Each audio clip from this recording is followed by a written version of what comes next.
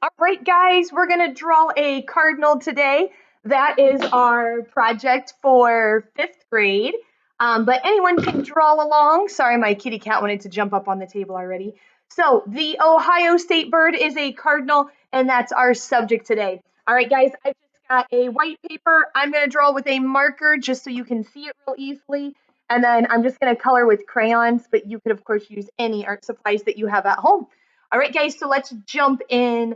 The first thing I'm going to do is think about the size of my paper, and I'm going to do it vertical or portrait so that I have room to do a branch here and a branch coming across so that our cardinal has a place to live. And I want my cardinal to take up about a third of the space on my paper. All right, so the first thing I know is that he has a beak on this side and his tail over here. So I also need to make sure that I leave some edge space, but we're going to start over here. And I'm just going to put a dot for where his beak is going to be. And from that dot, we're going to make a really flat triangle shape, and that's going to be his beak, okay? And I'm just going to draw and talk, but if I'm going too fast, you can always pause the video at home, okay? So we've got the beak shape started. Now from this, I'm going to draw a line that comes straight down. And from the top, it's going to be a curved line, okay? Like an arc. It's going to move at an angle and it's going to go back. All right, so this is the start of his head shape. From below his body, he's going to have a bird belly, so another curved line, okay? His rounded chest and body. Up here, he has what's called a crown or a crest on top of his head. And we're just going to do a zigzag line moving down. And then I'm going to take a diagonal from that. So the thickness of his head stays about the same from right to left. It's about the same width going down. Hey, Colt, can you come get the cat? All right, sorry, my cat's jumping around trying to get on top of our camera here. All right, so now we've got this part. I'm going to take a angled line with a little bit of a hump. Okay, it's not a completely flat line to give him some of his back. And I'm going to tuck in the back of his little bird butt. It's going to come up towards that back end, okay? All right, guys. He has a pointed tail that's going to go up here. It's real happy and perky. And come back into his back end here, where his back meets his tail. All right, they have this really amazing mask.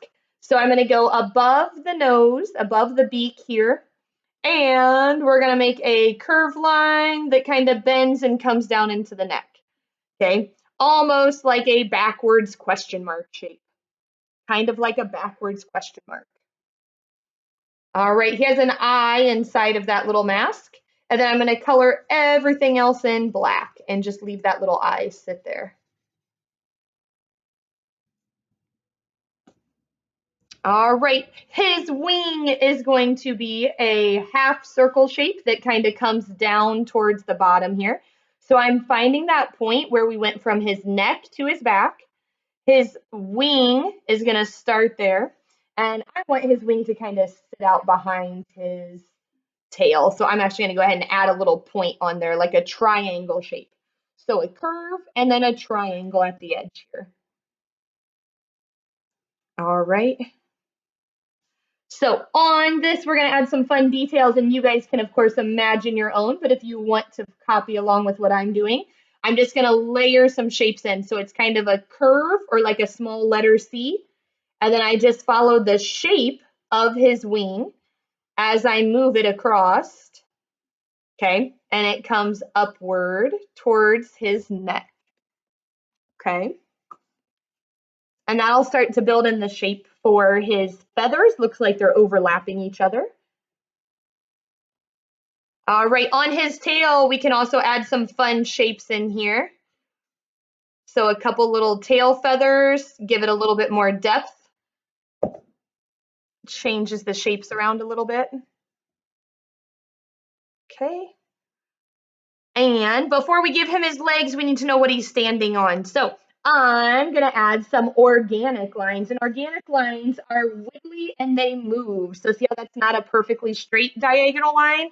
It's just a wiggly line. And then I'm going to make an angled line coming up this way. And we have to give it width because it's a tree branch. So you guys can imagine your tree any shape and any way that you would like to. But I'm going to have mine kind of come up and across my paper here and there. You guys are probably drawing at home with a pencil, so if you make a mistake, you can erase it, and I'm just going to go for it with my marker. All right, so a couple little branches. I like to think about branches as a letter Y, so that as I'm building it, I keep having these diagonal lines coming off from one another, and that's an easy way to build branches on a tree. Think about the letter Y. Okay, so now we know where his little bird legs can go. So I'm going to have his leg come down.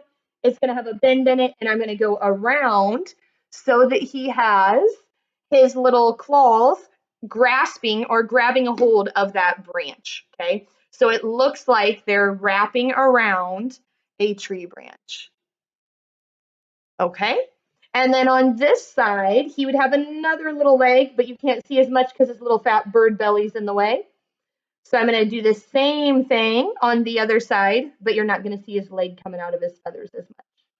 And then I'm just going to go around that and give it a little bit more depth, okay, so that it actually has some visual weight. I made it thicker, and I'm going to go ahead and color that in black too. All right, you guys, look, we have the start of our Ohio State bird, the Cardinal. He's standing on some branches. How easy was that? All right, guys, if you want to add some more details to your tree, you could, of course, come back up in here and add some more branches that come out here and there. You could also make some spring leaves, because if you look outside right now, there's definitely leaves on most of the branches.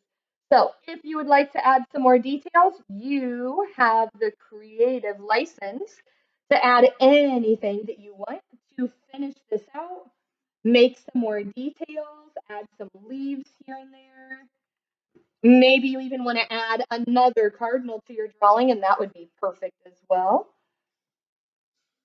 So now's your time to create, imagine, and add detail. Detail is what really brings our artwork together. It's like storytelling, but with pictures. So what other details could you add? Okay. And of course, your last step is to bring it all to life. So I'm going to go ahead with crayons. As a reminder, when we color, if you push gently or soft, you get a soft, pale pastel color. And you can use the exact same art supply, but push harder or with more pressure, and that is going to give you a darker color or a darker hue or value. So here we go. I'm going to add a dark spot here on his belly and his chest. I'm going to go on this edge coming in from his neck where it would get smaller. Maybe even a little bit up here on that beautiful crest, just adding some little lines in.